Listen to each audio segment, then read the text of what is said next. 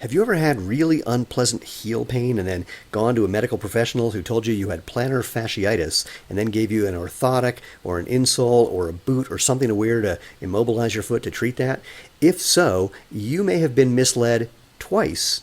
And we're going to find out more, including a natural way to address plantar fasciitis, on today's episode of the Movement, the podcast for people who want to have happy, healthy, strong bodies, who want to cut through the mythology, the propaganda, sometimes the outright lies, and know the truth about what it takes to walk, run, hike, do yoga, paddleboard, do Zumba, whatever it is that you do, enjoyably, to enjoy your body. I'm Stephen Sashen, your host for the Movement podcast, and if you want to find out more, go to www.jointhemovementmovement.com, where you'll find all the previous episodes and all the places that you can find this podcast, both in audio and video and transcription form. And of course, if you like us, subscribe and review and share and ring the bell on YouTube, and you know how to do all those things. More importantly, welcome. And we like to start with a movement whenever we can and whenever I remember, frankly. So let's do that. And I want to do something that's the simplest movement that you can think of, really, and it's one that we do thousands of times a day. I think it's called breathing. We do it mostly unconsciously, and a lot of us don't do it well. And I want to take a few minutes to just give you a little simple kind of tips about breathing well that you might enjoy.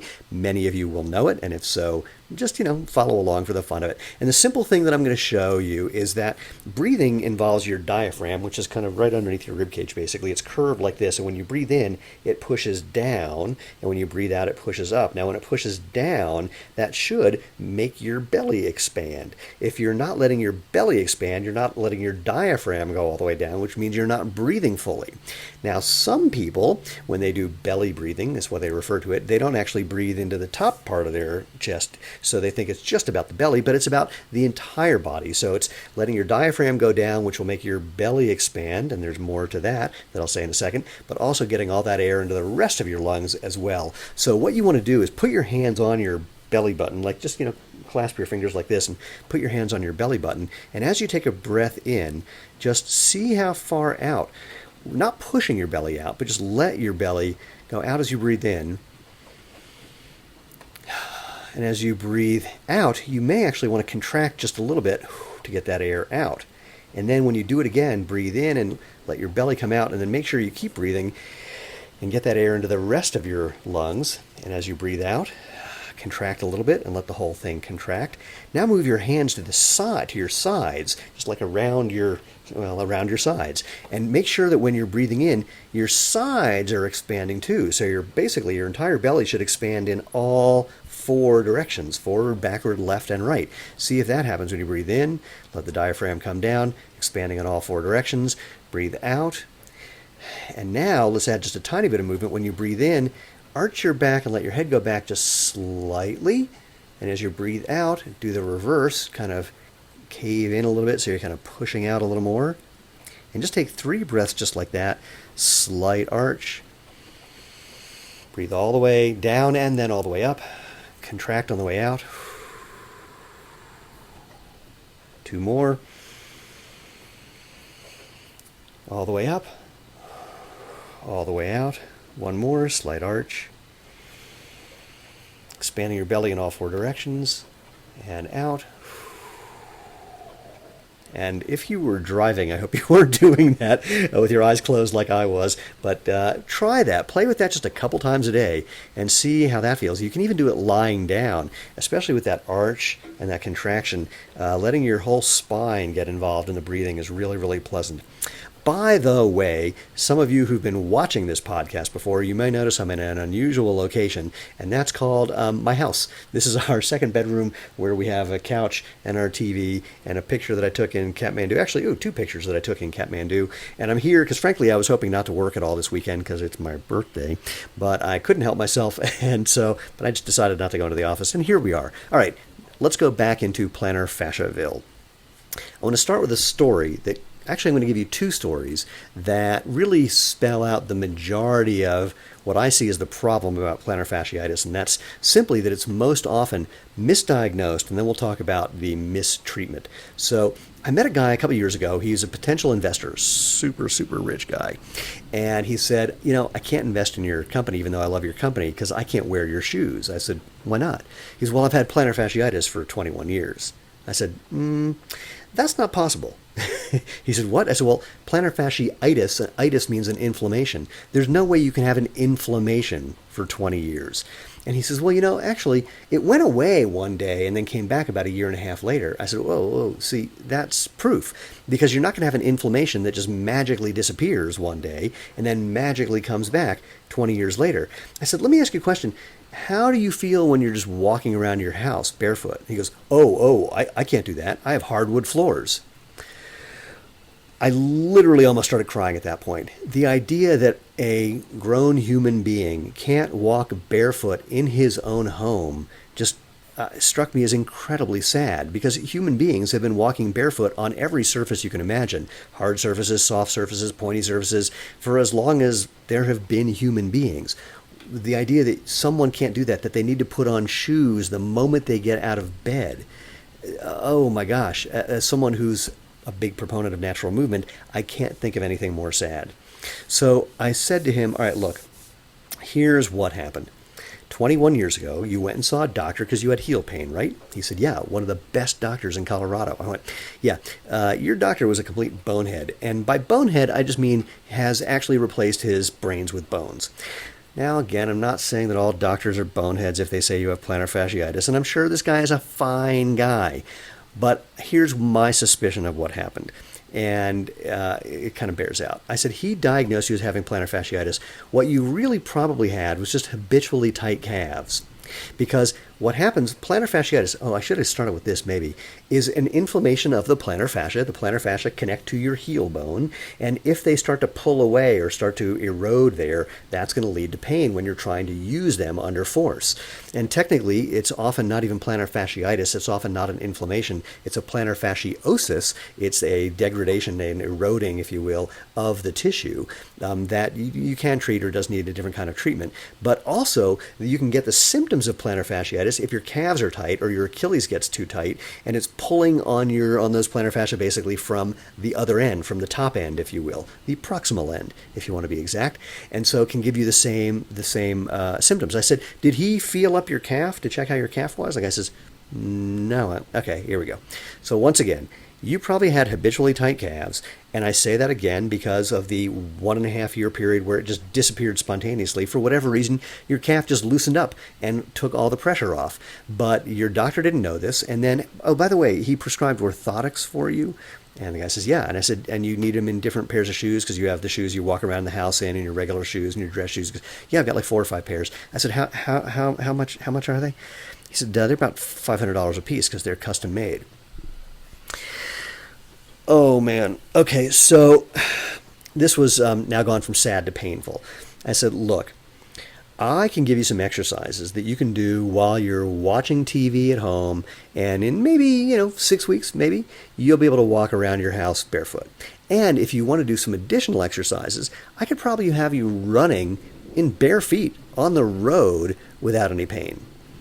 And the guy looked at me with a look that I see somewhat frequently, actually, and so I knew what he was thinking, and I said to him, look, dude, just because I look like this doesn't mean I'm wrong. I know how I look. In fact, one day, this is a tangent, one day I'm walking into the office, and I'm wearing not even a pleasant, a nice Zero Shoes t-shirt like I'm wearing right now, but one that was probably kind of ratty, and I was wearing some cutoff shorts, and I was, of course, barefoot, and my hair was especially big, and I caught my reflection in the window of the door, and I just stopped dead in my tracks. I went, oh, I'm that guy. Okay, I did not realize I'm that guy. And now that I'm turning 57, I am really that guy. And in Boulder, that's saying something. So the guy thought I was completely insane, and so be it. He just wasn't going to take my advice. But let me give you another story, similar one. I met a guy who was in Special Forces, and he said, we've all switched to minimalist footwear because we really believe in natural movement. We know that strength can come from your feet, and that's really important. And a bunch of us have gotten plantar fasciitis. This guy, by the way, was about 6'4", 6'4", 6'5", 230, 240. He was not a small human being. And I looked at him, and I could just spot this one from a mile away. I could see the whole tight calf thing. And I said, can I stick my thumbs in your leg somewhere? And here's one of the things I really appreciated. Without missing a beat, he goes, oh, absolutely. I've met a bunch of Special Forces guys. These guys, if it will help improve their performance, they are all in. These are my kind of guys. So he turns around, and literally almost see the spot. And I took my thumb and just put it gently in his calf, and his knees buckled and he fell to the ground. I love doing that, especially to giant guys. It's very entertaining. So I said, all right, lie on the ground. And I kind of dug my thumb into his calf for a little while, and maybe, 3 or 4 minutes. And after I did both of them, and then I said, stand up and walk around. And he looked at me. His eyes were just saucer-like. He says, it's 90% better. I said, yep. So go back to the base and have your physical therapist just beat the crap out of your calves for a while and let me know how it goes. Well, I never heard from him again until a year later. We were at I was at the same trade show, it was an event, actually. Oh, it was Paleo FX, the Paleo Living, whatever you want to call it. It's not a trade show, event. Let's leave it an event, because I can't think of a better word, because I'm turning 57, and words are not coming to my head anymore. Anyway, here he is a year later, and he walks up to me wearing Zero shoes and just ecstatic. He says, yeah, after we all had our calves worked on, it all went away. Totally went away. So now, again, let me put in a caveat. I'm not saying that that's going to be the solution for everybody, but I will tell you that more often than not, when I meet people who say they have plantar fasciitis, I ask them about their calves, and usually without my prompting, they go, oh yeah, I have really tight calves. And I go, so does it feel better when you massage them or foam roll them or do anything like that? And they usually say yes. And I go, you probably don't have plantar fasciitis, or if you do, it may just be getting exacerbated by the calf thing. Go work on your calves and then see how that goes. And really, really often people will report tremendous results from that. Again, I'm not a doctor. I don't play one on TV. This is just information for you to try. I need to be politically correct and legally correct about that as well, because I haven't seen you, I haven't looked at you, I can't diagnose you via email or usually by the phone. I'm just giving you this info. Do with it what you will. Have I made enough, whatever the word is for, making sure I don't get my ass sued? Okay, good. So let's go on. Let's talk about treatment. Oh, so now if you actually have plantar fasciitis, like the real deal, or plantar fasciosis, undeniably, you need to heal. You need to give your body time to let the inflammation subside, to rebuild some tissue if possible, and I'll say something about that in a sec, and to let the pain go away. And then what you want to do is start working on strength. There's an article, by the way, I'm going to post it on the website. I will try and post it in show notes everywhere else too. I would tell you what it is right now, but I can't think of it, and I'm too lazy to look it up. I guess we'll be honest about that. But if you go to zeroshoes.com and search for Plantar, Plantar, you will find some interesting articles about plantar fasciitis, including one that talks about the treatment that most people are given, or most people are prescribed, that was the word I was looking for, by their medical professionals, and that is to wear an orthotic, or to get an insole, or to do something that immobilizes the foot. Okay, so we've talked about this often. Immobilizing something is rarely a good idea except for healing. As soon as you can, you want to get your body moving again, as often as you can, as comfortably as you can. And so an orthotic, or an insole, or a boot that keeps your foot from moving doesn't do that. It does the immobilizing part, but it doesn't let you do any moving. The problem with immobilizing is it makes you weaker. Think about it. When you take your arm, or if you break your arm and you put it in a cast, it never comes out stronger. You don't have one of those Captain America moments where you're put into a little chamber and you come out a few minutes later, all jacked. You put your arm in a cast, you come out 8 weeks later, the opposite of jacked. You get atrophied, and it takes time to rebuild that strength again. Now, interestingly, it doesn't take a lot of time, because your body's wired to reclaim that strength that you had. And that's almost always the case. Building additional strength takes additional work, but getting back to where you were, some people refer to that as muscle memory, or one version of muscle memory. Some people think of muscle memory as just being able to do some movement pattern because you're used to it, and that's less muscle memory from my perspective than that is just neurological patterning. But muscle memory is what you see. You often see it with bodybuilders who will get who sometimes will get injured and they get really skinny, and then they start lifting again and taking a bunch of steroids, but they get that musculature back really, really fast because it's kind of built in. As a former gymnast, I noticed that when I was back in gymnast mode, and that was that was 40 years ago. 39 years ago. My shoulders were bigger, and when I start doing any shoulder exercises, they very quickly get back to that. My wife would like it if I would keep doing those shoulder exercises. Maybe someday. So it's my birthday. Maybe for her birthday I'll do that. So. If you look up the article about plantar fasciitis, or about, and also, just look up that. It'll talk about barefoot running and plantar fasciitis, or barefoot running and insoles. You can look up orthotics as well at zeroshoes.com, and you'll see an article from my favorite science writer, both because she's a wonderful science writer and she has my favorite name in the world, Gina Collada. And Gina did an evaluation, basically an investigation into orthotics and insoles, and found that for most people, they don't work at all. They work for about 10% of the population. No one knows which 10% or why, and a $500 custom-made orthotic usually isn't any better than a Dr. Scholl's insole you can buy right off the shelf, and you don't even need one of the fancy ones. So same idea with plantar fasciitis. Again, you want to let yourself heal if possible if you have actual tissue damage, and then you want to start moving, and then you want to start strengthening. So let me say one other thing about tissue damage. If you're talking about tissue damage to ligaments and tendons, that's a tricky one to regrow. There's a treatment you might want to investigate called prolotherapy, P-R-O-L-O therapy. There's also a version of it that's, what do they call it, RPR, whatever that means. It's a version of prolotherapy where they take some rich platelet RPR, whatever the R is, rich platelet something. People will tell me what that is, and that's okay with me. Again, I have no problem with the fact that I can't remember words anymore. Anyway, look up rich plasma therapy, whatever the hell it is. Frankly, it's a little hand waving. They say that they're taking out some of the platelets from your body and are injecting them back in the right spot.